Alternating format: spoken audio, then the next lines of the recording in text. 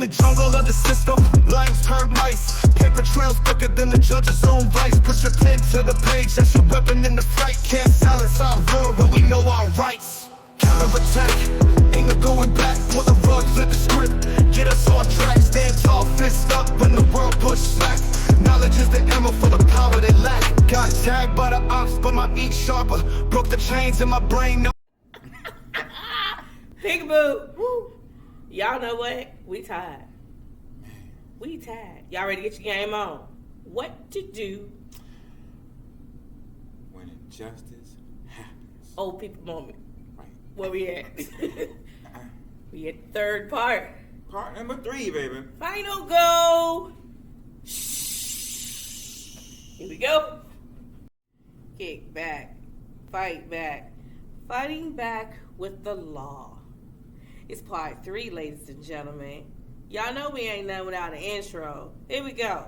When justice is denied in the streets, it must be pursued in the courtroom. Lawsuits against the police department are not just about financial compensation. They're a statement, a demand for accountability, and a challenge to a system that is too often shield officers from consequences.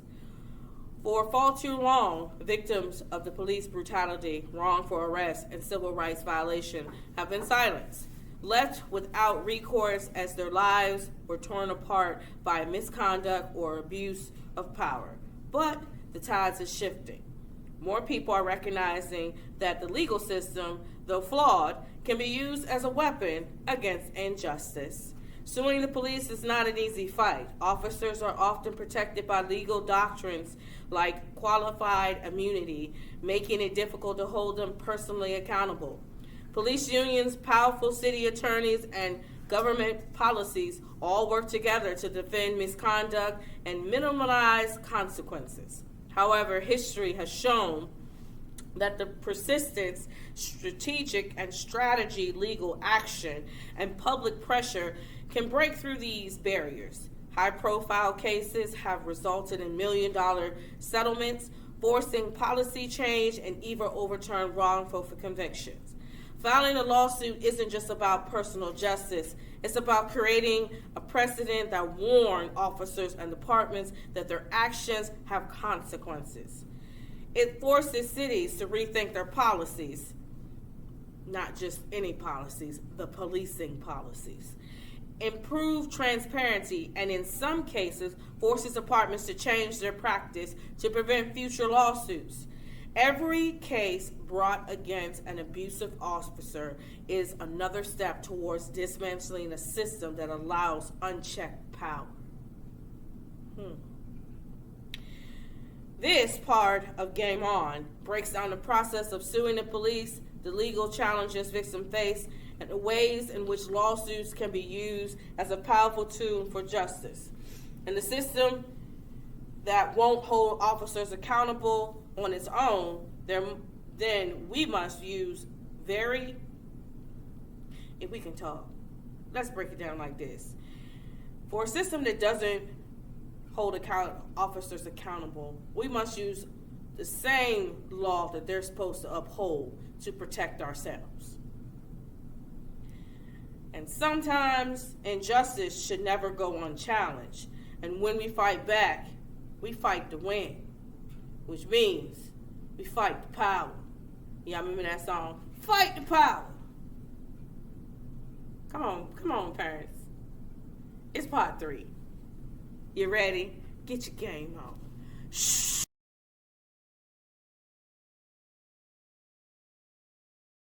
Ring around the roses, a pocket full of posies, ashes, ashes. Why you look at me like that? Because we all fall down. Exactly.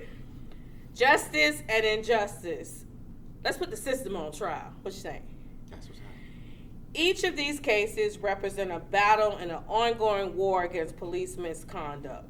While some deliver moments of justice, others reveal the deep-rooted failure of the system.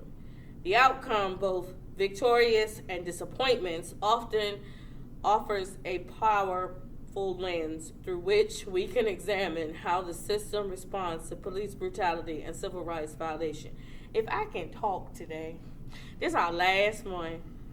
I get tongue-tied because this is going to make you mad too. Listen. Moments of justice. According to the system. George Floyd, 2020. A rare conviction and a policy shift. Was it? The $27 million settlement for George Floyd's family was significant, but true justice came from the former officer Derek Chauvin, was convicted of murder and sentenced to over 20 years in prison. This case also led to the policy change such as banning the chokehold in various states and renewed discussions on police reform. However, it took national protests, political pressure, and undeniable video evidence to secure this outcome. Some may say many victims before George Floyd never received. But we do know that in 2025, this same police officer is getting retried. Take it away, Chuck. Okay, so then we got Walter Scott, 2015. The power of video evidence, y'all.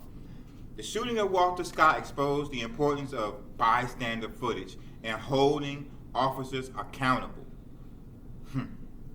Initially, the police claimed Scott was a threat, but video evidence contradicted their narrative, leading to Officer Michael Schlager's conviction and 20-year sentence. This case proved that without independent evidence, the system often takes an officer's word over the truth. And we know that. We many of us know that. World Star! Yes, indeed. Have your own video proof, y'all. I think we covered that in part 2, didn't we? Mm-hmm. We did. Mm-hmm. Freddie Gray. Let's go to 2015. We're going to stay with that. What you think? A settlement, but not accountability. The $6.4 million settlement given to Freddie Gray's family was a financial acknowledgement of wrongdoing, but justice was incomplete. Wait a minute. Okay. Despite national protests, none of the 6 officers involved in Gray's death were convicted. The city paid the price, but the individual responsible walked free, reinforcing the reality that systematic change is still needed. So wait a minute. They paid his family because they know it was wrongdoing, but nobody even got convicted? Not a soul. So that was when they got it right, apparently. So let's talk about when the system fails. When the system fails victims, y'all.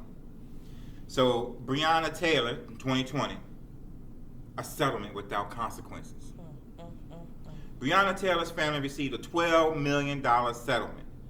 And while this was one of the largest ever rewarded in a police misconduct case, no officer was convicted for her wrongful death. No officer was convicted. Wait, they got a settlement. Okay, and no officer was convicted. Okay, the officers involved were only charged for wanton endangerment due to bullets hitting a neighbor's apartment. Not for killing Taylor. Not for killing Taylor. Wanton endangerment because their bullets hit a neighbor's apartment. So that means they fired. Right? And were wrong firing. Okay. This blatant disregard for her life demonstrated the system's reluctance to hold law enforcement truly accountable. See, And you got daughters. this is mind-blowing. This is just mind-blowing, y'all. Wait, I got one to hit you real good. You ready? Now I'm gonna say I just say his name wrong because we said one way, so everybody say Tamir Rice.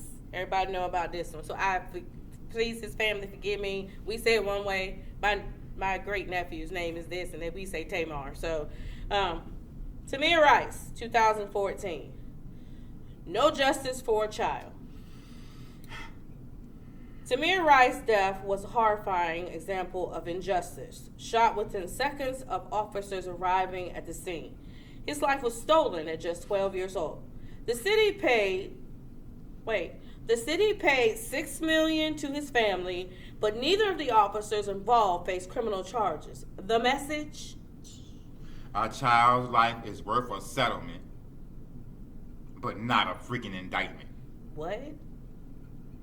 Say what? Yeah, that's the message. Your child's life is worth a settlement, but not an indictment. Wait, I ain't done yet. Eric Gardner, we still in 2014. I can't breathe, ignored by the system.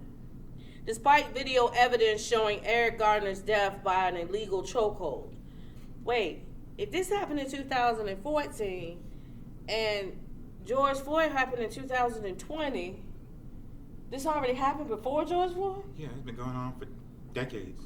They've been choking us out. No criminal charges were brought against Officer Daniel Polano. It took 5 years for public pressure before Polano was even fired from the NYPD. Come on, New York, really? The $5.9 million settlement did little to address the core issue. Apparently it did, because someone else died the exact same way. A system that protects officers from consequences, even when they take a life on camera.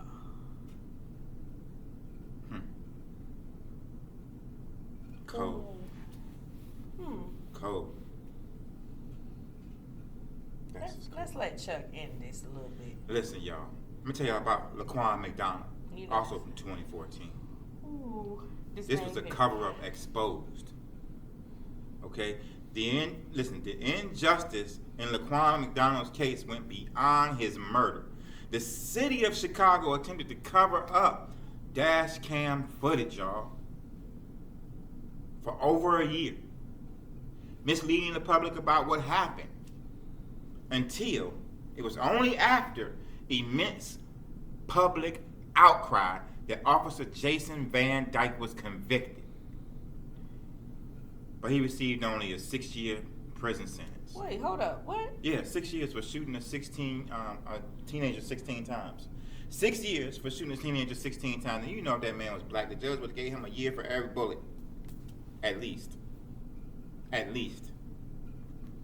Plus some.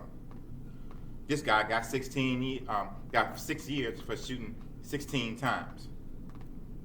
This was like a slap on the wrist. Not even real justice. Just a slap on the wrist. Let's do something. How many of y'all about to say this? Was he a drug dealer?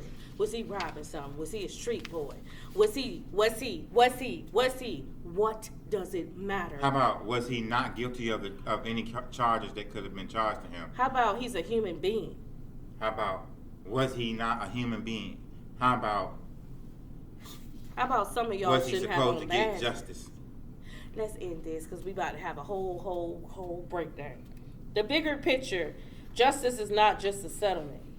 These cases reveal a painful truth. While financial settlements provide families with some form of restitution, does it? Restitution, yeah. No, I called it restitution. You want to know why? Because they gonna rest on the fact they just paid you money for your family members, your child's life. So while they rest on that fact, they gonna take away the charges.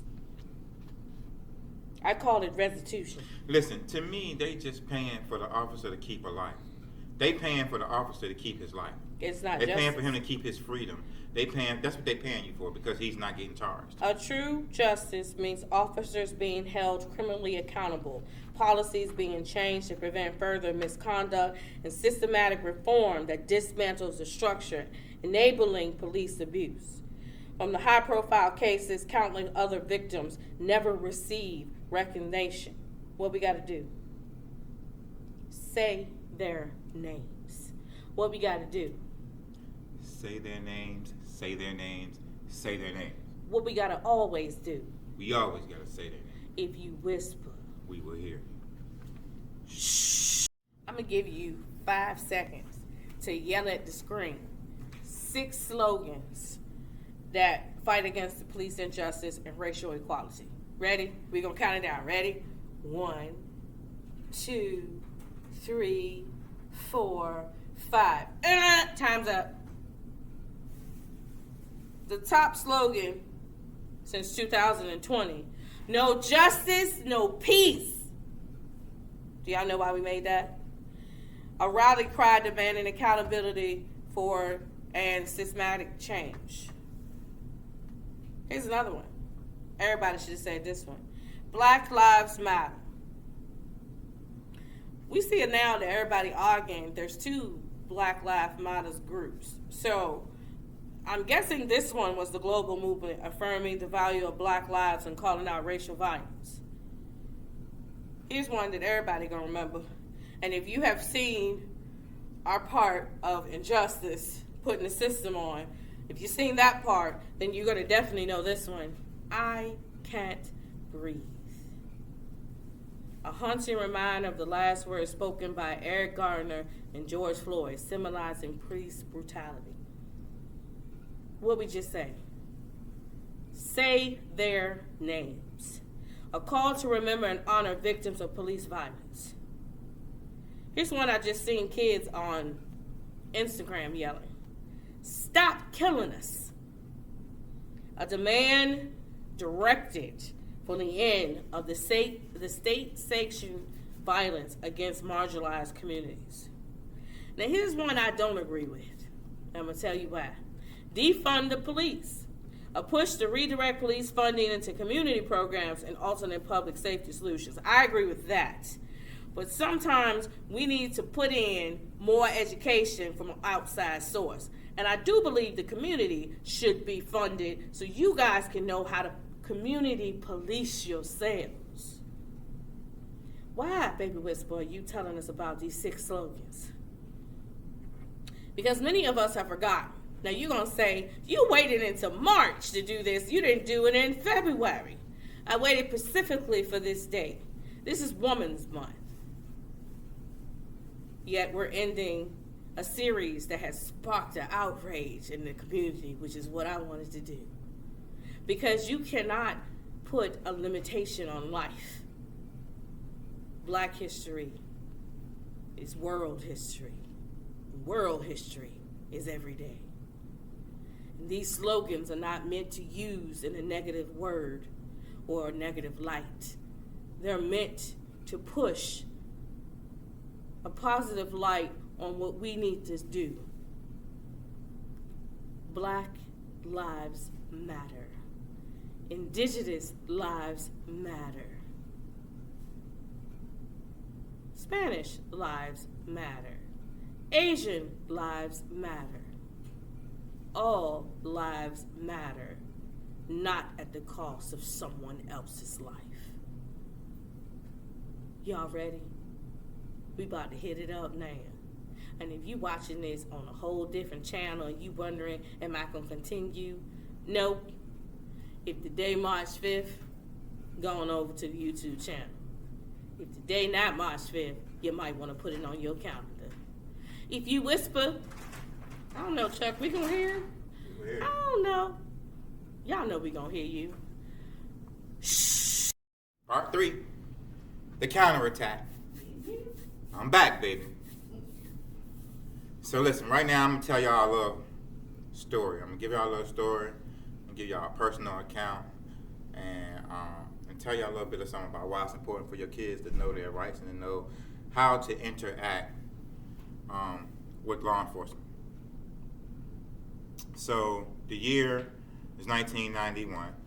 I'm about to tell my age now. I'm 20. One of my 2 favorite cousins is also 20. There was a club like in Hampton, Virginia, that it was like for 20 and under. It was like for older teens and 20-year-olds because you couldn't be 21 to go in the club. This is where it was a safe place for us to go dance and party and have a good time, you know, as underage kids. And so my cousin and his friends were coming out of the club, and there was a Hampton police officer that was off duty and moonlighting as security for American Legion, which it was their building. They had the program where, they was allowing us to be able to go there and, safely have fun, right? So, they're coming out the place.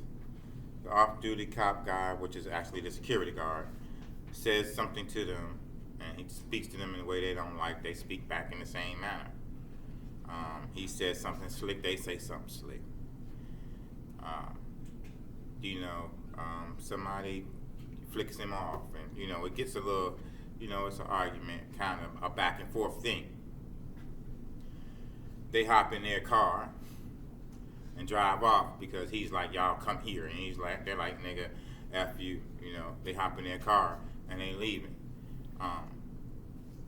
The security guard hops in his car and chases them down. He's riding all up on the back of them, pulling all up, acting like he's about to spin them out or something, like the police do you with their car units and stuff. And somebody threw a bottle out the window. It busts, in the street. They don't hit his car or nothing. Nobody's got a weapon. But this officer got his weapon. This off-duty cop, who is now a security guard, off his security post, chasing down some people behind some words, or back and forth. They turn down a cul-de-sac, to make a long story short, and they go down there and they realize they're trapped, and they turn around and he spins his car to the side and blocks them from being able to leave. Hops out of his car and immediately unloads his weapon. And then demands that, y'all N-words, get out the car. So they all get out, and then they're like, Dwayne's my cousin. Like I said, it was my favorite cousin, one of my two favorite cousins. And they said, get out. He didn't get out. They found that he was struck in the head by a bullet from this security guard / off-duty moonlighting cop, unloading his weapon on some unarmed teens. They say one of his bullets skidded off the hood of the car and hit him in the head.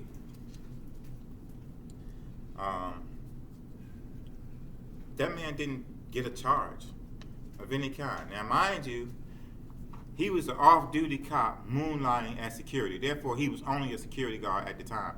He was not in force. He was not in uniform. He was not acting as the police. He was not working undercover. He was not any of that. He was a security guard who murdered teens, who chased down teens in order to murder them over words.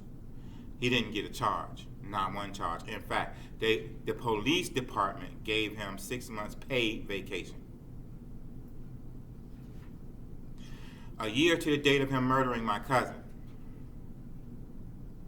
Dwayne Ogburn. Listen, it's 1991 Hampton, look it up. A year to the date of him murdering my cousin, they brought him up and gave him an award for murdering my cousin.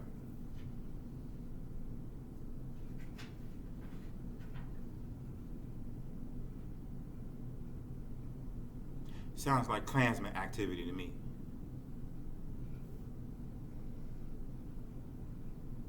And this is why mamas and daddies, grandmoms and granddads, this is why we got to teach our kids how to interact with law enforcement. This is why we got to tell them, even though it's not right, but for them to even be able to get away with some of the words they say. But we can't do it back and forth. They can't do it back and forth with them, because at any time, this person who's protected by the government, this overseer, might actually murder your child and then get protected, and even perhaps you might have to actually sit and watch him receive an award for murdering your child.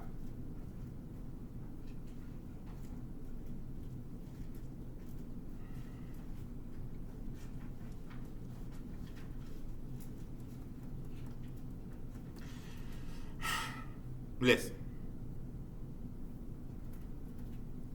it's a hard story for me to tell. I still get upset. And And I don't know where they held that man for 6 months, but he should be thankful that they did send him away because people were looking for him.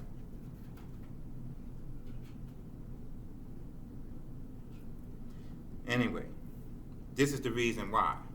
Because no matter what happened afterwards, my cousin Dwayne Ogburn lost his life at 20 years old. With a very promising future. Very bright young man. Pushed off this planet by a racist off-duty cop. Protected by a racist system. And rewarded time and again for putting a nigger in his place. Let's just call it what it is.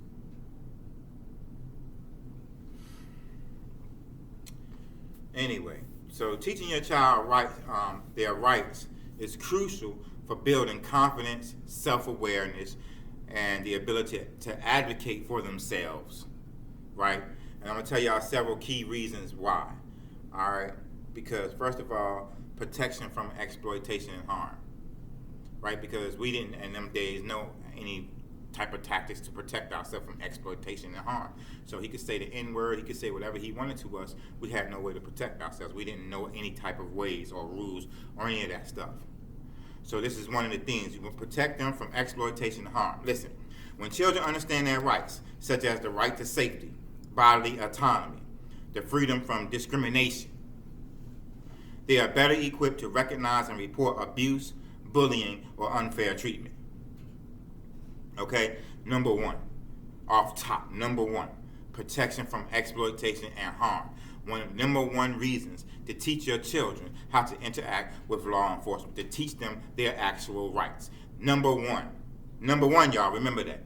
Okay? Now, number two reason is it encourages critical thinking and independence. If your child cannot think critically and independently of the pack that he or she is running with, right, then it's a danger for them.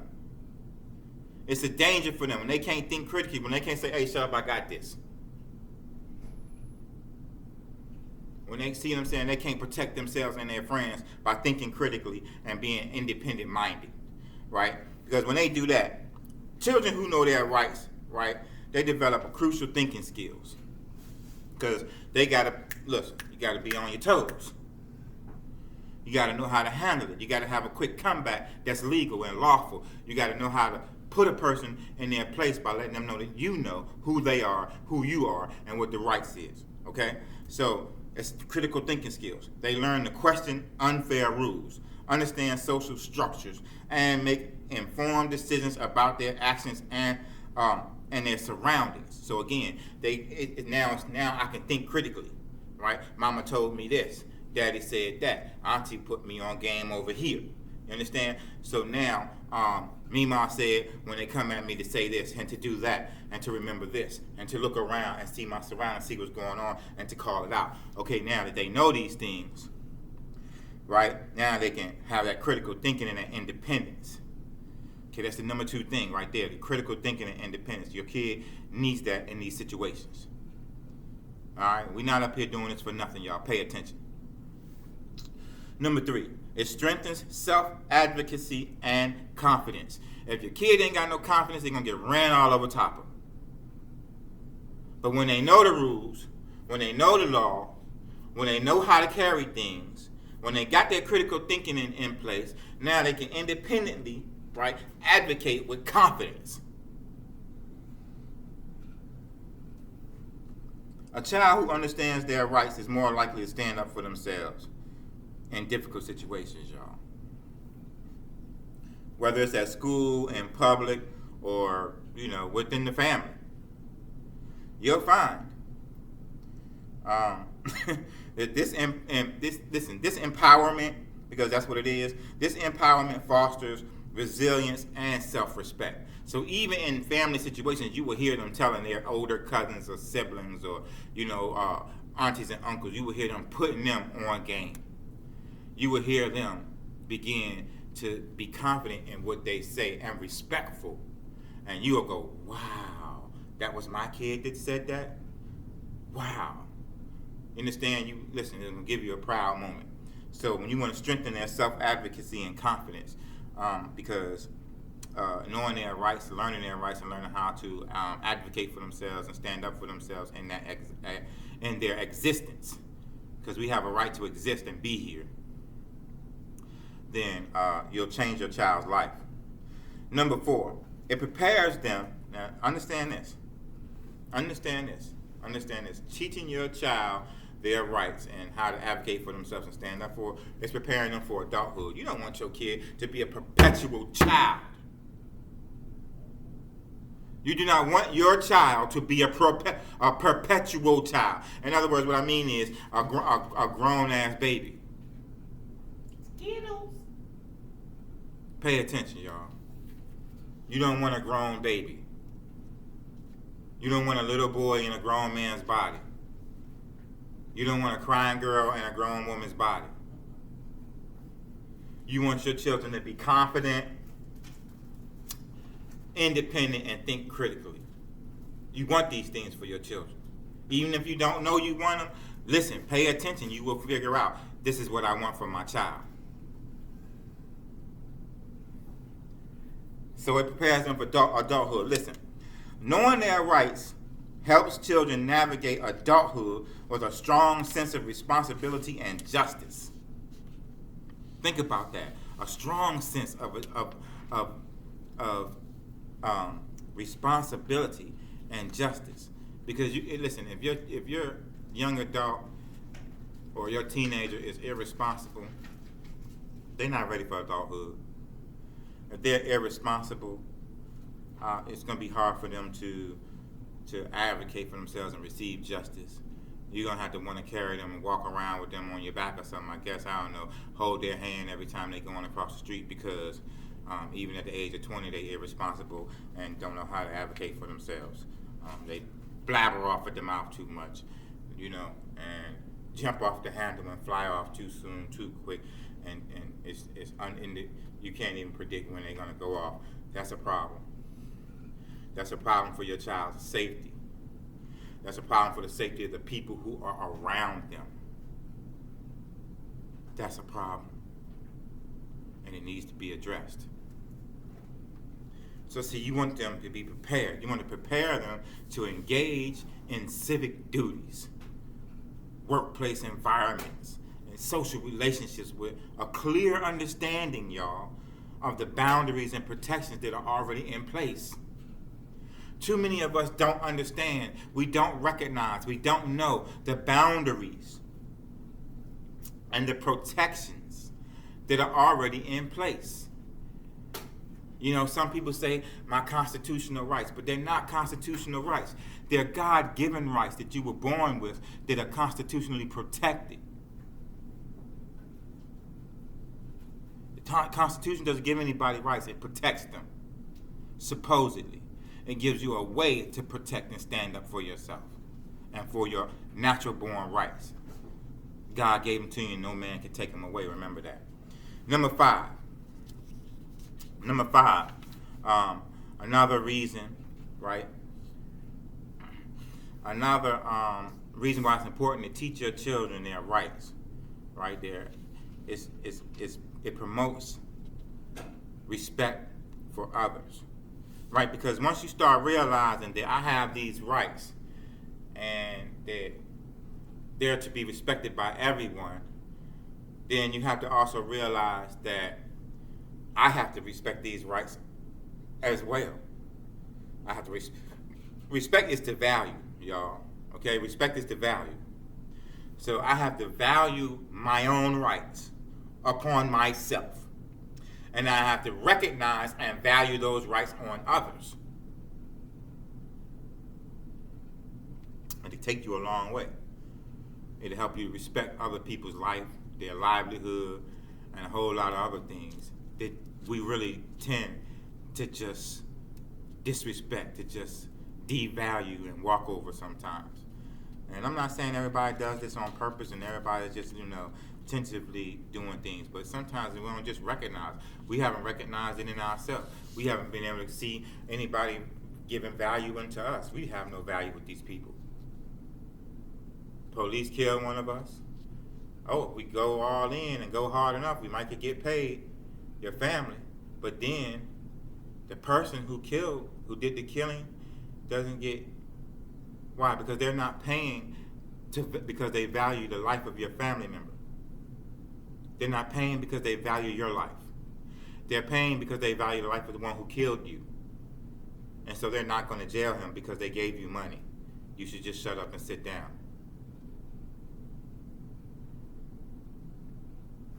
So let's not forget that knowing our rights promotes respect for others. And when you value other people, you're not going to just go for, oh, they got a check, so it's okay, on to the next.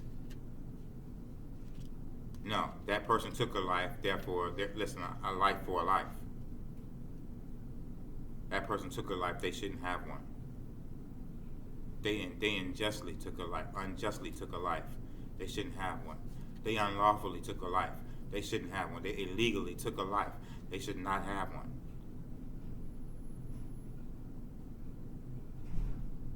They should not have one. They putting people who look like us in jail for life. They're giving life sentences to these people for having drugs. Just for having them.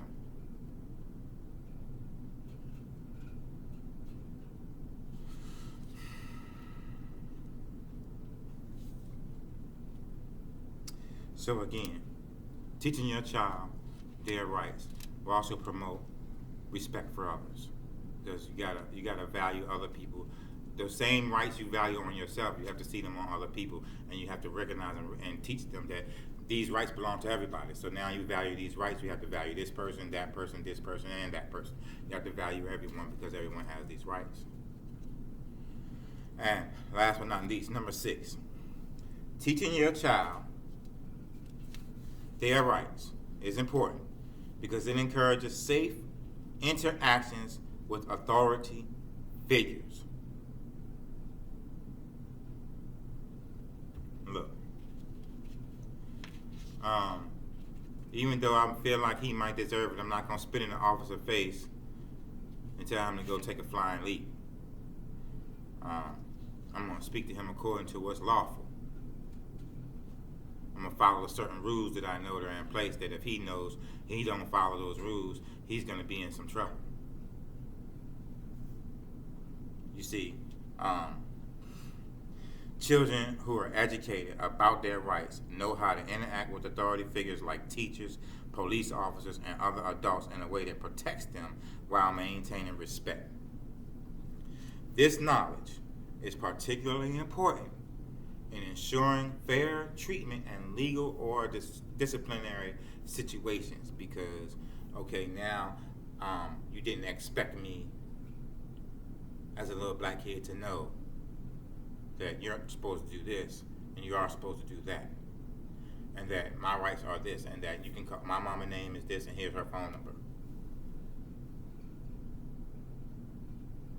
Now that I know I can just give up my first name, my mama's name, and her phone number, listen, you can't question me. You know, listen, they know what time it is. When you do that, the officer know what time it is, and if he don't stop, believe me, you're protected. You don't gotta go off the handle. You don't have to do anything. Only thing you have to do is learn to stay calm and shush, because you have the right to remain silent. And that's the first right you all need to know, you know what I'm saying, and understand how to operate. You have the right to remain silent. I don't answer questions. So I live with my grandma, her name Annie Knight, her number 757-244, call next door. What you say, 777-9311, that's her number. Call her. And I don't have to say anything. You teach your children in what situations to do that in. When your children know what situations to do that in, it could save their life. It could save their life. Right? And they don't even have to, and They don't even have to do all that, because the Bible says a soft answer turns away wrath. So if the officer is already wrathful just because you're a black kid, a brown kid, a red kid, you can simply, yes, officer, my name is Chuck. my grandma's name. See what I'm saying? Her phone number is, I live with her. You can call her, please.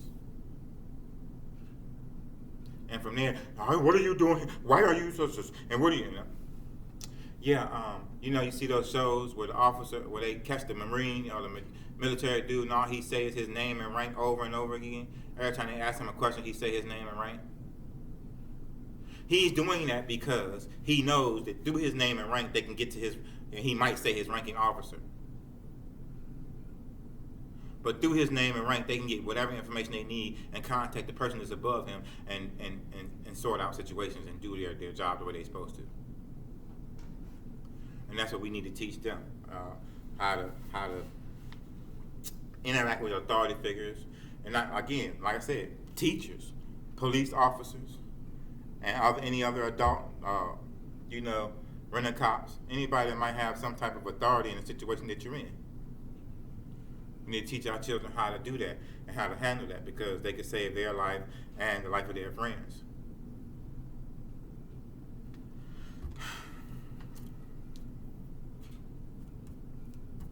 I could go on and on and on and on and on about this, y'all. Those who don't know me, I'm going to tell you, I could go on and on. I could beat a dead horse to dust. But what's the point? I gave you the information. More is coming. Stick with us, because the baby whisperer coming back to give y'all something. And then y'all see me again. We're just tag teaming this thing up in here, y'all, and we're going to make it happen for y'all. We're going to give y'all what you need and some of what you want. So just remember to keep whispering, and we're going to keep hearing. Shh. In the jungle of the system, lions turn mice. Paper trails thicker than the judge's own vice. Push your pen to the page, that's your weapon in the fight. Can't silence our will, but we know our rights. Counterattack, ain't no going back. Pull the rug, flip the script, get us on track. Stand tall, fist up when the world push back. Knowledge is the ammo for the power they lack. Got tagged by the ops, but my ink sharper. Broke the chains in my brain. It's my turn. It's my turn. Y'all know who I am. So I'm going to do it this way for a minute, because this is the third part. This is not the end of the series. This is the end of the teaching of this part of the series. And why I say that, Game On might come back in a later part with different things to teach you. But I'm going to say this. We doing this part the way we're doing it, because this is the part that you need to pay attention to the most. Now, Chuck got up close and personal. It's not like that we don't go through these things. And just like he just told you about a story in his life, on the flip side, everybody knows that I carry a badge. So, on the flip side, let's talk about this. This is what makes this so dynamic. Because a lot of you parents hit me in part 2 and said, you guys just hate the police. No. We hate the injustice, and we hate the children, the women and men losing their lives. That's what we hate. Hate is a very powerful word. A lot of people use hate. They feel hate. They put themselves in positions so they can be over someone. And the reason why I did Game On is because enough is enough. There are young people losing their lives, even as we speak. There are men and women who are unjustly getting hurt, even as we speak. And in this climate that we have, that America is divided, we got to make sure that we cover ourselves and our children. So I'm not going to really talk to you, as I'm going to do what I do best. You're going to see me as I go through this one, and I'm going to strategically teach, like in an undisclosed location that we are, because there are people in this room. They're wondering why I'm talking to a screen first than them, because they paid to be here. And you guys are whisperers. Most of you are people who just come across our page. If you didn't get anything from this whole series, if you haven't seen the whole series, go watch it. If you didn't get anything from this whole series, family matters, especially when we are matriarchs and patriarchs of our family. Today I can't really talk because we are tired, but I'm going to get the point across. Now, this one is really different, because I would say behind me you're going to see a couple of things. You see our acronyms that you do, But instead, you're going to see us as we talk about things. And he did his story, which I have heard his story before. I know my best friend quite well. But I want you to hear something from me. And there was a time I seen injustice. And it actually sparked me to leave the United States. And in this time, in this undisclosed location, and this time, there were 2 officers that were patrol, and then there were us that were detectives, and then there were us that were agents. I have been homeland half of my life. When I get angry when people say, you're not this, you're not that, I can't find you, I can't do this, there are certain ones of us that you cannot find for a reason. Because we have looked into people's faces and took off hoods and masks. I don't know how long that's going to last, because it's a dangerous part. But I've seen injustice like it ain't no other. And I've seen it in the ranks of the force. I've seen women get put down from positions they should have. I've seen men in power who have psychological failures get put in positions where they go over neighborhoods that they don't like. I've seen people turn around and say they failed their psych eval, they have a problem with this kind of people, and then you put them in the neighborhood. I've seen the police turn from community and from being negotiators to being enforcers. We all know when you go into a situation and you want to enforce it, it's already heated. You're walking into a situation, you have no idea what's going on, and you're big man because you got a badge on. We used to walk into a situation where you're supposed to negotiate. You are the negotiator and the peacemaker. You are there to de-escalate a problem, not to escalate. I have a question to all of the brothers and sisters that bleed blue and wearing badges. How many of you have seen things, and I'm talking directly to you, because some of you have got on our channel and you have said, how can you who bleed blue as well, how can you get up here and speak the way you do about us? It's not all of y'all. So I'm talking to the mothers, fathers, everybody in this room. It is not all of them. This is being overshadowed by the good things that we do. We save people.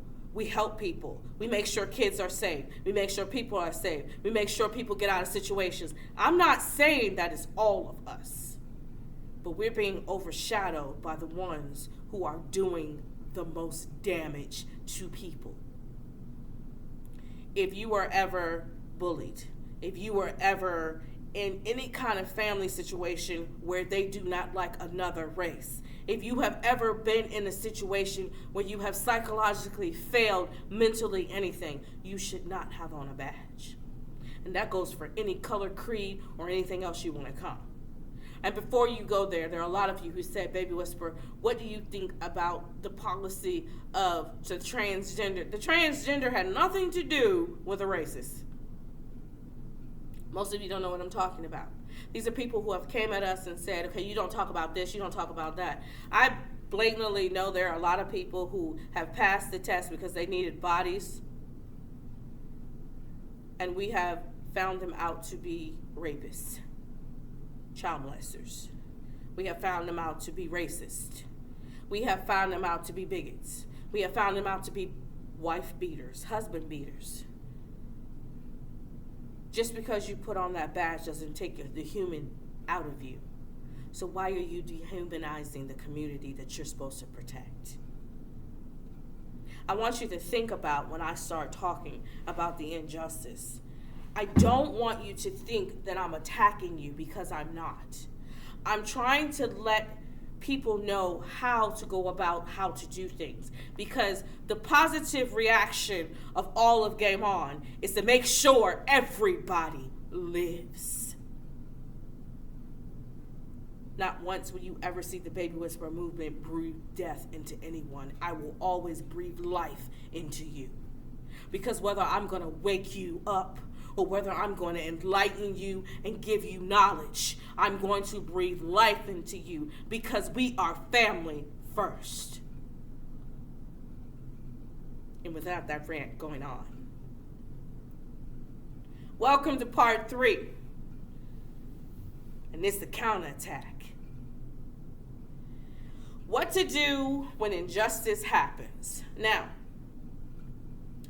how to handle the police injustice. It is an unfortunate reality that injustice at the hands of law enforcement exists. Racial profiling, mistreatment, and even outright brutality disproportionately impacts Black, Brown, Indigenous, and other marginalized communities. When faced with this type of injustice, the most critical question is, what can you do about it, both in the moment and after it happens? First and foremost, it is important to understand that the moment of the encounter is not the time to fight back physically or argue your case. Please understand, when I say shh, it's for 20,000 different reasons. As infuriating and unjust as it might be, resisting and escalating the situation could put your safety at even greater risk. Officers are trained to handle confrontations, and any sudden movements, verbal aggression, or physical resistance can lead to arrest, harm, or worse. Instead of prioritizing your safety by remaining as calm as possible. Now, in 2004, policing changed. Instead of us being the negotiator, we became the enforcers. When they show up to your situation, they are coming in aggressive because you are supposed to automatically see the lights and automatically calm down when emotions are high. It doesn't work that way. It was never changed. It was never changed. And before you start and say, well, we know who was in there, it was Barack Obama who changed it to enforcing. The problem was he never got a chance to change it back. No one has changed it. If you look at the policing now, when they go through all of the academies, they are not set to do community policing. They are not set sociology, and they are not set psychology. They are not set to go in as negotiators. They are set to go in as enforcers. Remember, listen. You have the right to remain silent, and you do not have to answer any questions beyond identifying yourself, only if you are detained. You can also refuse a search if there is no warrant. Keeping your hands visible and refraining from any sudden moves can help prevent misunderstandings that may be used to justify for excessive force. Now, some of you parents were asking me, what is excessive force? Excessive force is the brutality they do when they push you to the ground and they all of them jump on you. Excessive force is when everybody pulls out a gun because you have a phone. That is excessive force. Although it might be like compliance is allowing injustice to win, remember the fight for justice doesn't happen in that moment. It happens afterwards. When you have the opportunity to take smart, strategic action, as soon as the encounter is over, document everything while in your memory is fresh. Write down the officer's name, badge number, time, date, location of the incident. Some of you ask some of these police officers, what is your badge number? They say they don't have one. Write down their patrol call number. The time, the date will go to the patrol car, which the officer has signed for, and they will be in that car. You got to learn knowledge. Learn it. I can talk now, right? And specific details about what was said and done.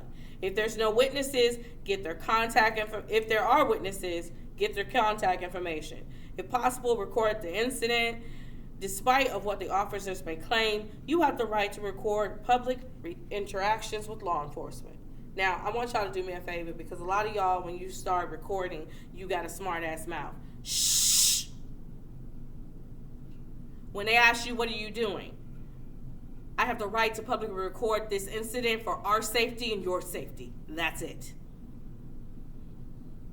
Once you've given your evidence, take action. Report the incident to someone you trust, whether it's a family member, mentor, or community leader.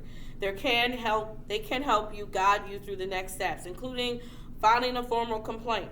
While reporting misconduct directly to police departments is an option, it's often more effective to work through organizations that specifically hold law enforcement accountable. Groups such as the ACLU, NAACP, and the National Police Accountability Project. Parents, write that down. Specifically, the National Police Accountability Project can offer legal guidance, assist in filing complaints, and connect you with the civil rights attorney if legal action is necessary. If the injustice you experience involve excessive force, racial profiling, illegal searches, or wrongful arrests, you can want to consider filing a lawsuit for the police misconduct. A civil rights lawyer can help determine if your case has legal standing and guide you through the process. You may be able to seek damages for wrongful imprisonment, emotional distress, or violation of your constitutional rights. While legal actions take time, it can be a powerful tool to hold law enforcement accountable and create legal proceedings that protect others in the future. Now I'm just gonna keep going. So y'all wondering why I'm looking down. Y'all know I don't have my handy dandy notebook over there, but I have it. This is everything we going through. And when in the situations like this where I'm in front of people, I'm with y'all, we everywhere, I ain't gonna remember everything I wrote down. One thing for sure, I'm gonna give you all the tea that you need. And some of y'all need to learn that when stuff happens and you let it go, somebody in the near future is going to be affected. It's called a butterfly effect. That doesn't mean that you have to always get up there and rah, rah, rah and go tell. There are certain situations when you have been hit by something so unjust, you need to say something. Building a network for justice. When facing police injustice, one of the most powerful tools at your disposal is community. When facing police injustice, one of your most powerful tools at your disposal is community. A strong support system, whether it's family, advocacy groups, or grassroots organizations, can provide resources, emotional support, and legal guidance. You do not have to fight this alone. When people tell you that you're about to take a fight alone, unless you're doing personal growth, it is not true. There are more numerous community-based organizations dedicated to helping individuals navigate the aftermath of police encounters. These groups provide legal aid, helping you file complaints, and offer mental health resources to process trauma that comes with unjust treatment. Organizations like the Innocence Project, Cop Watch, and National Civil Rights Lawyers Association work tirelessly to challenge wrongful convictions, expose police misconduct, and educate communities on their rights. See, I give it to you real. I ain't just gonna talk about us, I'm gonna talk about everybody else too.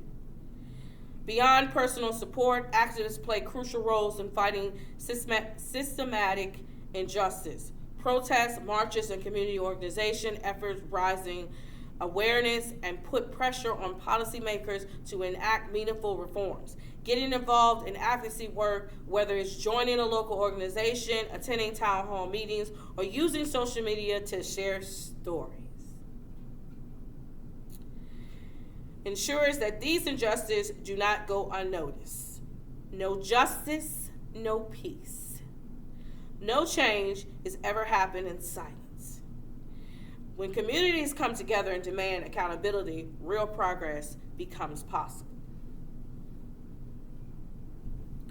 A lot of people say, well, they were doing this because this, and that's why I said in the beginning, I asked, was he a drug dealer? Was he a thief? What was he? It doesn't matter. He's a human being. And if you are doing something and complying to whatever somebody is giving you to do, and they still use excessive force, it is wrong. You're not an animal. You're a person. You're not a property. You're a person. You're a human being. Then let's talk about the counterattack. Fighting back against injustice. Fighting injustice does not stop in knowing your rights or filing reports. True change happens when an individual takes action, standing up, speaking out, and ensuring that those in power are held accountable. Silence always allows injustice to pursue and persist. By raising your voice, you can shift the narrative. I think I'm always saying change the narrative.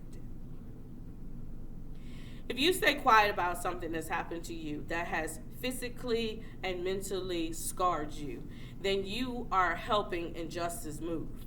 If you are afraid of someone because of the place that they're in, every person is a human being. And I believe that in 2025, as we watch the President of the United States go through a court case, anybody can be touched. Please, Mr. President, don't think that was a dig at you. It's just the truth, because you like messing with people's accounts.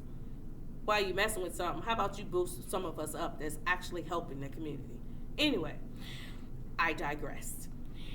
If you experience or witness police misconduct, share your story. Whether it's through social media, public forums, or community meetings, your voice has power. No justice, no peace. Transparency forces accountability. Recording and reporting incidents help create paper trails that make it harder for institutions to ignore systematic problems.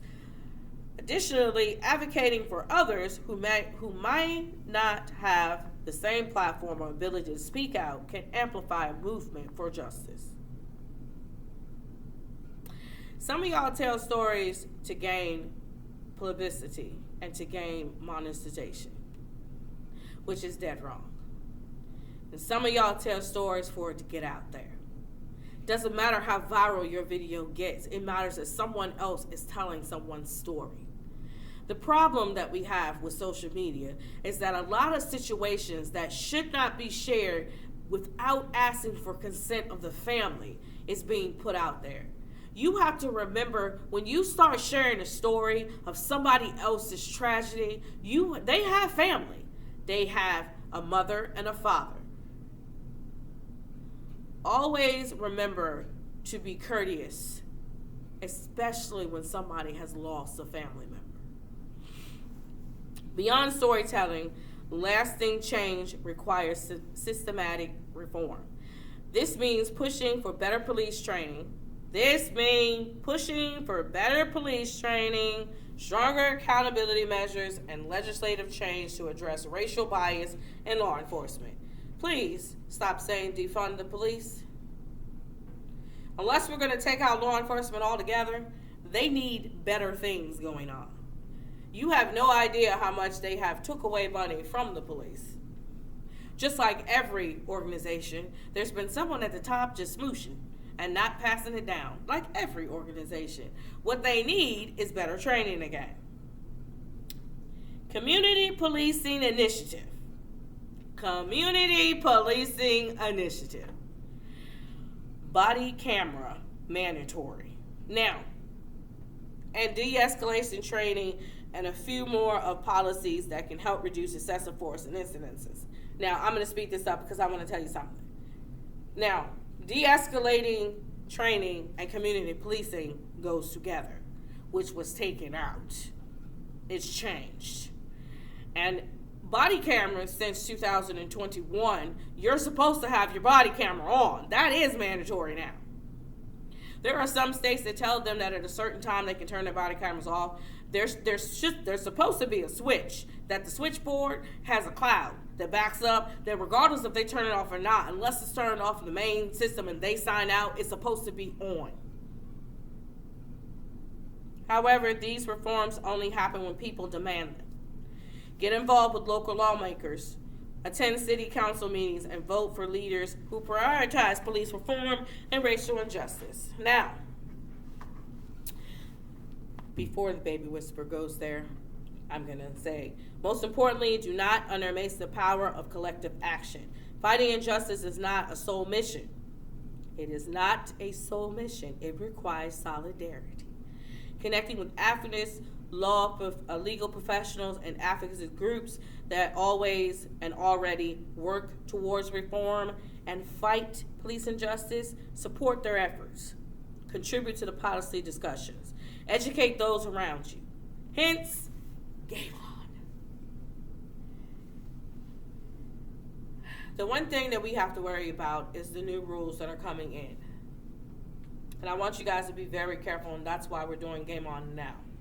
I want you to be very careful on how you project yourself off in certain places. Because the true matter is that social media is used for us to be able to communicate to each other, but it's also watched so it can attack certain people. So be very careful on how you do things. But don't ever think that when you see something, you shouldn't say something. Now I'm going to talk about protecting your mental health and your emotional well-being.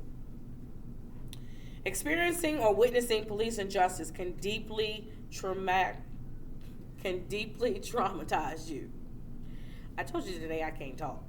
The emotional weight of feeling powerless, fearless, and enraged can be a serious toll on your mental health. It is crucial that acknowledging these emotions and seeking support rather than trying to carry the burden alone. Processing trauma begins in giving yourself permission to feel anger, sadness, frustration, and even numbness, and all are valid responses. I want you to teach your children this, because a lot of us carry around trauma, and we're teaching our kids how to carry trauma and not to deal with trauma. When your child encounters with the police the wrong way or the right way, they're going to always have this anger. If y'all don't like the police, your kids don't like the police. My kids is like, I ain't paying attention to you. That's because of who their mother is. If you ask my sister, she'd be like, I don't like none of y'all. Except her sister, but she said I get on her nerves too. But anyway, I regressed again. So when you guys be saying, you're all up here and you all talking about it, we're talking about positive impacts for our community. We're talking about saving lives, not making money. Because saving lives is a very powerful thing, but it's a poor man's game. Ooh, did I just say something? However, staying trapped in these emotions without an outlet can lead to a long-term stress, anxiety, or depression. Now I'm going to say something and Chuck will get mad at me. When Chuck see the police, he don't get stressed, he get anxiety. He's just ready for the clip to go in the clip. He does not like the police at all. Funny how his best friend is an agent, isn't it? But here's the ironic thing. I don't like the police either. And I'm laughing about it because a lot of y'all gonna say, what? I do not like for people to be given a position of authority to help people and use it for a position to hurt people. That is not why you get a badge. I have seen things with my own eyes in different countries. The one thing I didn't see in other countries is when the police did something in Europe, when the police did something in Germany, when the police did something in Russia, when the police did something in Spain, Brazil, they got held accountable at a higher standard than the public. When the police do something here, they get an award for injustice. Are we the land of the free and the home of the dumb? What happened to our brave? Because see, there are men and women out there who are doing the right thing. And unfortunately, they're getting hit by the stupidity of the people who are out there because they just have a job. There are certain careers that you can't just go to work because you just got a job. And that is one of them. One of the most effective ways to navigate the emotional impact is by talking to someone who understands. This could be a trusted friend, a mentor, or therapist who specialize in racial trauma and social injustice issues. Now, we're going to mention this real quick because some of y'all can get on my nerves, but that's not the point. We're going to mention this real quick. Do I know how to do racial trauma? Do I know how to do social injustice? Yes, I do. Do I do it a lot? No, I don't. And the reason why I don't do it a lot is because a lot of you like to stay focused on the racial part and not the trauma part. When you're doing racial trauma, you have to remember two things. It's broken down separately. And you're like, babe, why are you going through this with a counterattack? Because I need you to understand what your kids go through. They are going through trying to understand the racial impact, and they're going through trying to understand the trauma. And with a parent that has trauma and teaching them how to indirectly deal with trauma wrong, they're going to take the racial part and use it to fuel hate to the trauma. Did that make sense? I don't know if it didn't. I'm going to have to go back later. Anyway, another way to protect your mental well-being is through self-care practice, allowing to regain sense of control. Engage in activities bringing you peace, whether it's writing, meditating, prayer, exercising, creative expression, help release build-up tension and foster resilience. One thing that I love doing with the boys, and lately I have to do it with the teen girls too. One thing I love doing with them is poetry. Because if you're from our age, so I'm about to date me too, if you're from our age, rapping is poetry to music. If you know how to write poetry, you know how to write a lyric. And if you know how to write a lyric, you can write a rap. I don't know, Chuck, is that right? He looking at me like, I'm a girl, so I don't know. Listen, I know that he can write poetry and he can rap. I have given the task to many kids. I want you to write me a rap about injustice. There are some children out there that go straight to a song. And I'm going to tell y'all the funny song they go to, Fight the Power. Do y'all even know what they talking about? They ain't even talking about, wait, are they talking about preschool? I thought they were talking about racism, just period. Man, I don't know. The old man is over there shaking his head. It is about preschool. Okay, so everybody hollering at me, so I'm trying to cut sound out. So it is about preschool time. I grew up thinking that Fight the Power was about racism, just pure racism. So, they go together. Okay, so if you're from the 70s, you know that. Y'all screaming at me. I'm an 82 baby, so I don't know. But, what is the name of that? Whoop, whoop, it's the sound of the police. Y'all don't know who that is. KRS-One is what I play for them. The master of the lyric, which he will tell you he doesn't have a school, the school of hip-hop. He has a school of hip-hop. You guys need to use what your kids like and use it to your advantage. This is where parenting teenagers come into play. Most of them need to write down their feelings. Put it to music. My mama used to do something, and I'm a rant here for a second. So, my mama used to do something. She used to get the beatbox. Y'all remember those big beatbox? My sisters are probably looking. She used to get a beatbox, and she used to come out, and we'd be like, what is she doing? My name is Sonora, and I'm about to tell you, hey. That's what she used to do. And then she used to have, y'all know what I'm talking about. If y'all kids looking at me like, baby Whisper lost her mind, she used to come out with the big pacifier on and the reed pop. Everybody in here is laughing at me. She used to come out with the reed pop, and she put the reed pop in her mouth. What you got to say today? And we'd be looking at her like, this is embarrassing. One thing I did notice is it gets your kids to talk to you. They get their emotions out. You be out there saying, well, you don't like Sally Mae with her dirty braids, and you out there saying a whole bunch of stuff. The emotion is coming out of you in a positive way. What we need to teach our kids when they have been in these situations, especially racial tension and police brutality, you need to teach them how to positively bring out the negative of what happened. Why are you doing this? Because the situation is no longer going to have a hold on your child. I went through all that to say that. Yes and no. Anyway, so let's talk about knowing your rights. So I'm about to teach y'all a little something. One of the most effective ways to fight police injustice through knowledge. No, I did not say throw them around. No, I did not say belittle them, although some of us going to be at the point, I've been there. Actually, I love it when I got to tell them, when I ask them what their rank is. That gets them so pissed off. But knowledge. Understand your legal rights. Sharing the knowledge with others can prevent injustice situation from escalating. Cue game on. You have the right to remain silent. Please, y'all. Wait, come a little closer. Come a little closer. Come a little closer. You have the right to remain silent.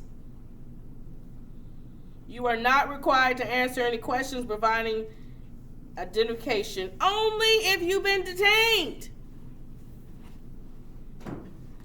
In the states where stop and identify laws are politely state, I'm exercising my right to remain silent. Say it with me, everybody. You have the right to remain silent. Shh.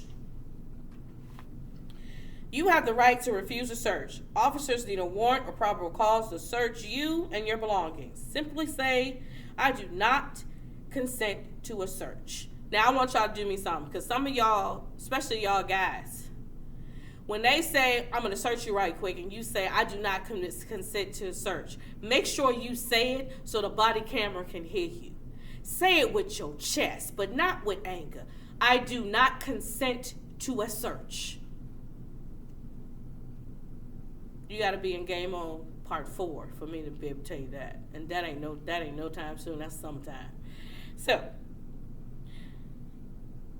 you have the right to record.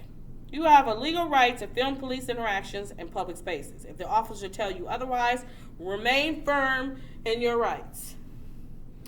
I ain't tell you to cuss them out. I ain't telling you to call them no names. You say one specific sentence. I have the right to record in public spaces for your safety and mine, especially for mine. Done. Make sure the camera can hear you. Make sure the camera can hear you. Make sure his body camera can hear you. Your right to legal representation. If you're arrested, if you are being detained, you have the right to an attorney. Do not answer any questions without legal counsel present. Please do me a favor. When they tell you that you under arrest and start naming stuff, do not say what for. Say, I would like to speak to an attorney. Stop talking. They're going to get in that car. They're going to start telling you all kinds of things. Stop talking. Now I'm going to tell you something. The body camera can be turned off, but that car, that squad car, cannot be turned off. And everything that they get in that car and they saying underneath their breath and everywhere else is being recorded. Not just to their car, to the cloud. Stop talking. I think I said that in part 2. Everybody got mad when I told you to shut up. So I'm trying not to say that. So I'm trying to say shh. Beyond knowing these rights for yourself, educate your community, and just as important, holding Know Your Rights workshop at school, churches, and community centers. Or you can do like we did, and we said, get your game on. Empower others with the tools they need to navigate encounters with law enforcement. Teach young people, especially Black, Brown, and Indigenous youth, how to interact with police while protecting themselves legally can be life-saving. Now, I'm going to say something to y'all Indigenous youth, and I want y'all to listen to me very carefully. I'm not going to say it in your native tongue. I'm going to tell you this in English. When some of y'all step outside that reservation, you know you are fair game to the most racist individuals that mostly are around your reservation. That includes some people that look like me, that don't like y'all. Now, if y'all know me, you know that I have 75% blood, Indigenous blood in me. So, I'm very dark as well. I want to say to y'all Indigenous young people, you must state your tribe name. You must say, I have the right under the United States government to remain silent. And please stop talking. I'm going to repeat myself. You state your tribe name.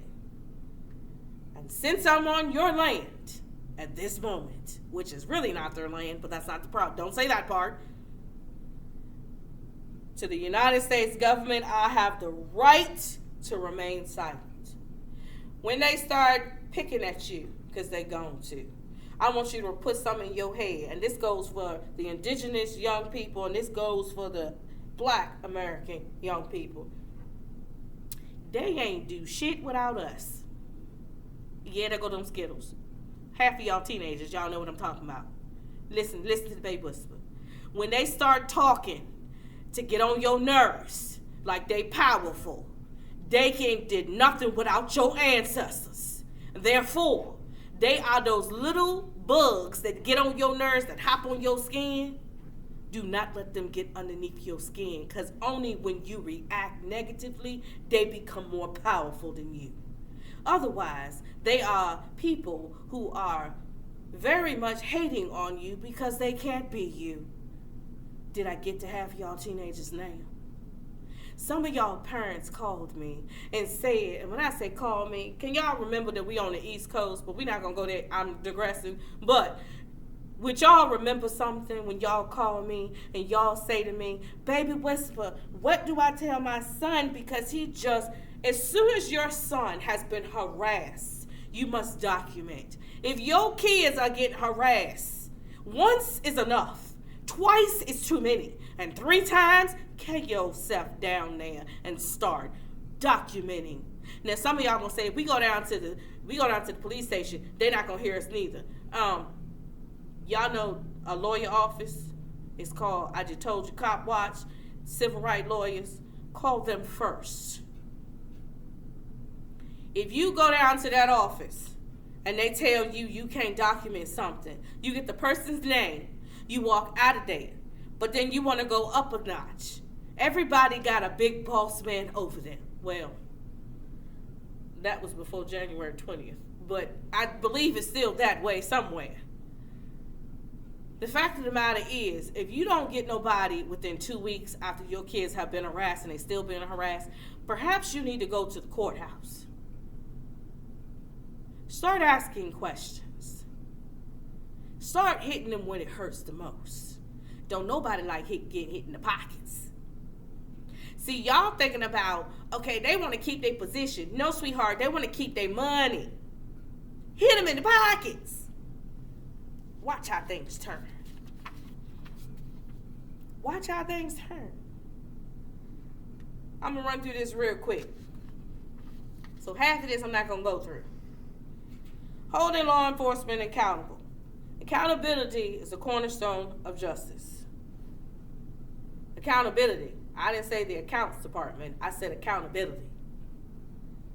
When police officers engage in misconduct, they must face consequences, not just for the sake of the individuals affected, but for the integrity of the system itself. The fight for accountability requires persistence, strategy, and collective action. I have a question, because accounts have money in it, but accountability have morals. What costs the most? You see, half of y'all are getting justice through hitting them in their pockets, because that's what the system seems to care about. But what we're not thinking about is they're not holding them accountable either, because accountable means it's morals. There is something morally wrong with the system. How do you get both? Because they're not going to give you money, because morals is invalued. Ooh, I didn't say something else. One of the first steps of holding law enforcement accountable is by filing official complaints. While this process seems tedious, it creates a document history of misconduct. If an officer has multiple complaints against them, it strengthens the case of the removal or disciplinary action. I'm going to tell you why this don't count. So if the president of the United States, or that man who run around here yelling he the second president, whoever he is, anyway, if one of y'all watching this, I'm going to tell you where y'all need to be fixing something. There are people who leave one state and go to another with 6 or more disciplinary actions and misconduct. Back in the day, if you got 2 misconduct and 4 disciplinary actions, you were done with law enforcement. It ramped itself up. If you go back and look at half of those police officers that have did injustice, you might find that they have a lot of misconduct. But since it be missing from some of their files because they're not accountable, they just been an accountant.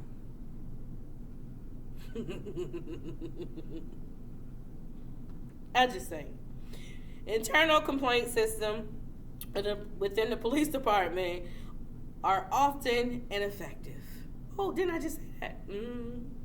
This is why it's crucial to file reports with external organizations such as civilian review boards. Civilian review boards got nothing to do with the police system. Legal aid groups and activist organizations that specialize in police accountability. There's that word again. There's that word again. Police ensure exposure is another powerful tool. Now, social media has transformed the fight for injustice by giving police the ability to share, by giving people the ability to share videos, testimonies, and evidence of police misconduct in real time. This is the dangerous part, though. Viral footage has led to legal action, policy change, and even criminal charges against officers who were otherwise gone unpunished. But some of these did not work. You have to know the difference between accountability and account. Accountable and accountability are 2 different things when it comes to police system. Accountable is what the accounts. That's money. Accountability is morals. That's justice. How many of these police officers actually, the family has received justice? Because if you got money, their accountability is low. Some of them shouldn't even have a badge. Some of them shouldn't even have pension. There are 2 sides to a story, but when video shows the actual side, the truth, because video is undeniability. Undeniability. When you go into court and they got video, they looking at everybody like, how we gonna get around this? Easy. They throw out $1 million. They throw out another $1 million. Because money and value is what runs this world.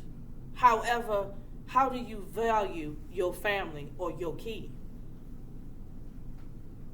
Beyond individual cases, the ultimate goal is system reform. This means demanding stronger oversight over law enforcement through policies such as independent investigation units, stronger disciplinary measures, body cam enforcement. Body camera enforcement has been put in place. Qualified immunity reform. Now, I want to talk about this.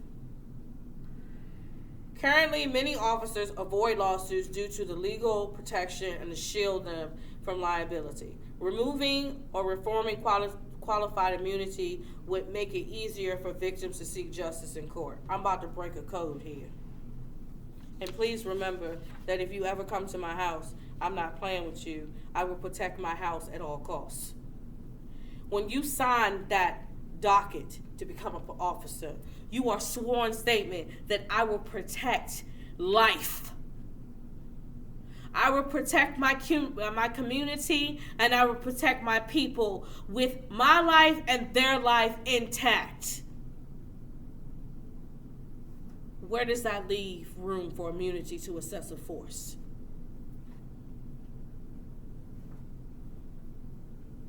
I'm asking you a question. You've never been a law enforcement ever. Y'all didn't even know that. They take an oath. They take a sworn oath to protect the streets. They take a sworn oath to protect life. Yet some of them are out there to take it. I also thought that in the old thing, once you have a certain amount of misconduct, that immunity goes away. Yet we are looking at many people who are doing the opposite thing. I want y'all to do me a favor. And I'm going to end like this. Justice isn't given. It's demanded. It's fought for, it's claimed, so stand firm. Stay informed, speak out, take action, and never let anyone convince you that your voice does not have power, because it does. And when enough voices join together, the world has to listen. You see, power is in numbers, but it starts with a whisper. Then it starts with another person whispering. Then it gets so loud that you got a thunder. Then the thunder because somebody say no justice, no peace. Ask yourself, parents, while you teaching your kids your rights and you thinking, is this going to help? Yes. You don't just want accounting. You want accountability. Your child is worth more than a settlement. They worth an indictment. Thank you for joining us for this Game On series. This is the end of the first series. We hope that you go back through and read over your rights, what to do. And if you didn't learn anything, please remain silent. Shh. You say, baby whisper, why is that the only thing you keep saying? Because the words that you use can be used against you in the court of law. You have the right to remain silent. Anything you say can and will be used against you in the court of law. You have a right to an attorney. If you cannot afford one, the court will provide you one. Do you understand these rights? I just told you. Y'all know what to do. Peekaboo. I'm back. In this segment, I'm going to tell y'all about 6 honest truths to tell your Black American and Indigenous sons. Truths that will empower him, protect him, and prepare him for the world while honoring his strength and his dignity. Listen. These are things that are hard. They're hard truths, some of them, but they're good. Are good for him. They're good for his morale. They're good for him to stand up and deal in reality and not in the fantasy of what we would like it to be or what the world is supposed to be and what people are supposed to be doing or how things ought to be. No, the reality is the reality. As we say, it is what it is. So truth number 1. Your existence is powerful. You carry the strength, resilience, and wisdom of generations before you. The world may try to make you feel small, but never think that way of yourself. Never shrink yourself. Walk tall, speak boldly, and know that you are a force, and I mean a present one. So remember, y'all, your existence is powerful. Number 2, the system wasn't built for you, but you can still win. The system wasn't built for you, but you can still win. The U.S. was not designed with you in mind, and that's the hard truth.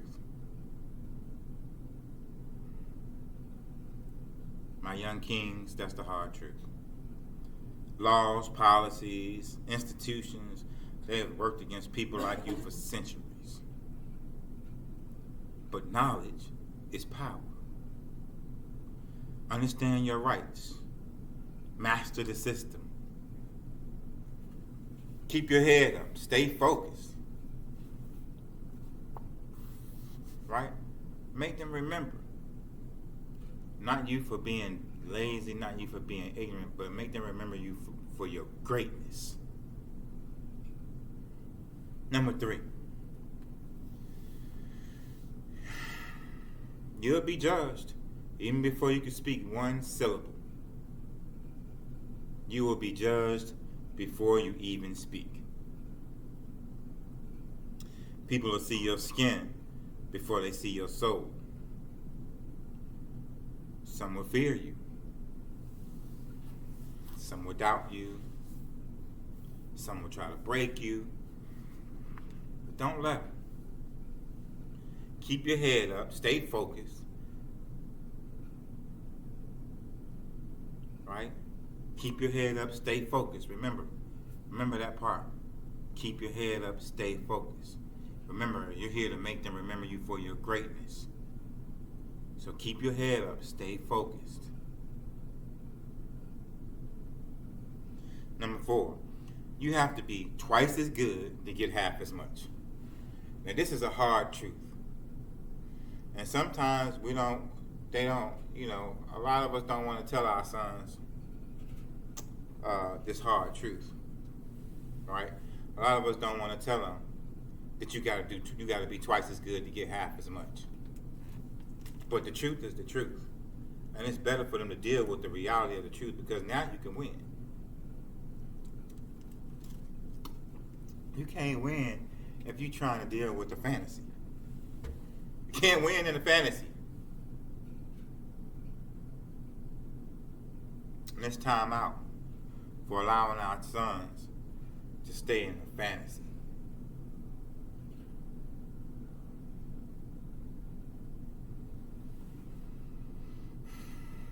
So, you have to be twice as good to get half as much. It's unfair, but it's real. You'll have to work harder, be smarter, move wiser than others, just to be seen as an equal. Don't let this discourage you, though. Let it sharpen you. Excellence will be your greatest weapon. So fathers, mothers, parents, remember to teach your sons excellence is their greatest weapon. Yeah, we got to be twice as good to get half as much. But we are twice as good and more.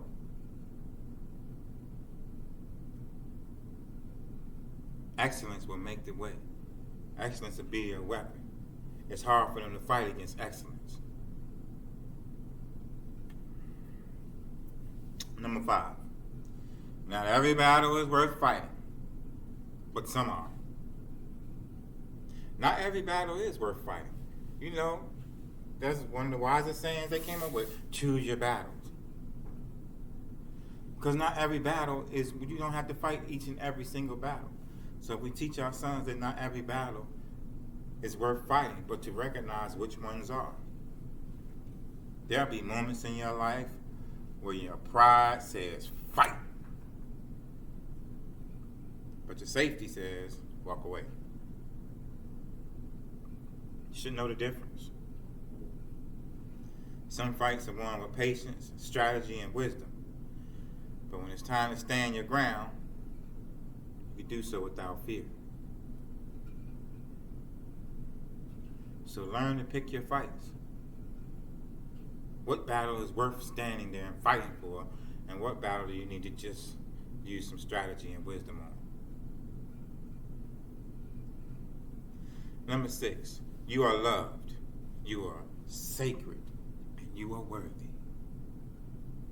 Hear me. You are loved, you are sacred, you are worthy. Say it with me. You are loved, you are sacred, you are worthy. You see, the world may try to strip you of your dignity, but never let it take your self-worth. You come from warriors.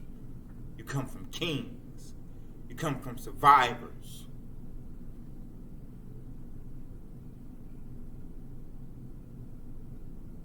Got warriors and kings inside your DNA. You got survivors inside your DNA. You're not just another statistic. Blah, blah, blah. You're not just another statistic, y'all. Listen. You're a story waiting to be told. And what that story is really up to you. So, it's important to remember, and even if you have to tell yourself, sons, I am loved, I am sacred, I am worthy, then speak it to yourself. Death and life is in the power of the tongue. And they that love it will eat the fruit thereof. What does that mean? It means that you walk behind your mouth. It means that what you love to say is what you will also have.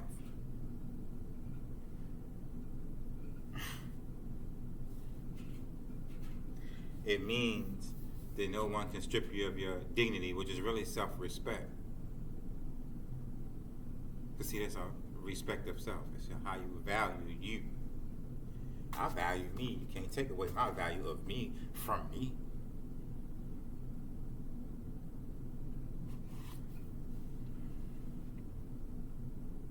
So again, my story is my story, and it's waiting to be told. And what I do with myself on a daily basis, I tell my story. I speak my truth. I live my life.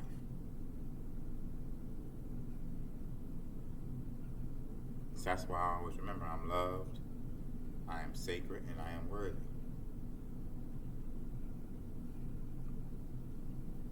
So parents, tell them these things. Don't just let me tell him. Tell him these things, not to scare him, but to arm him with truth. Because the greatest protection that we can give our sons is knowledge.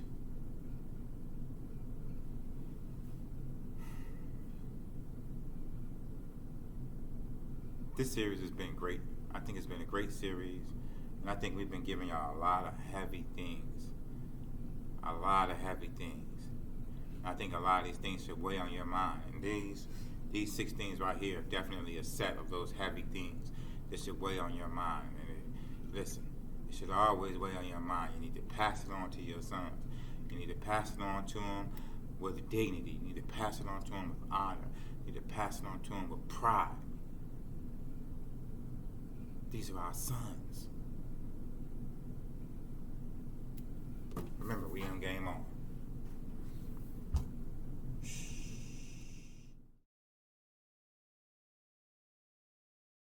6 honest truths to empower and tell your Black and American and Indigenous daughters.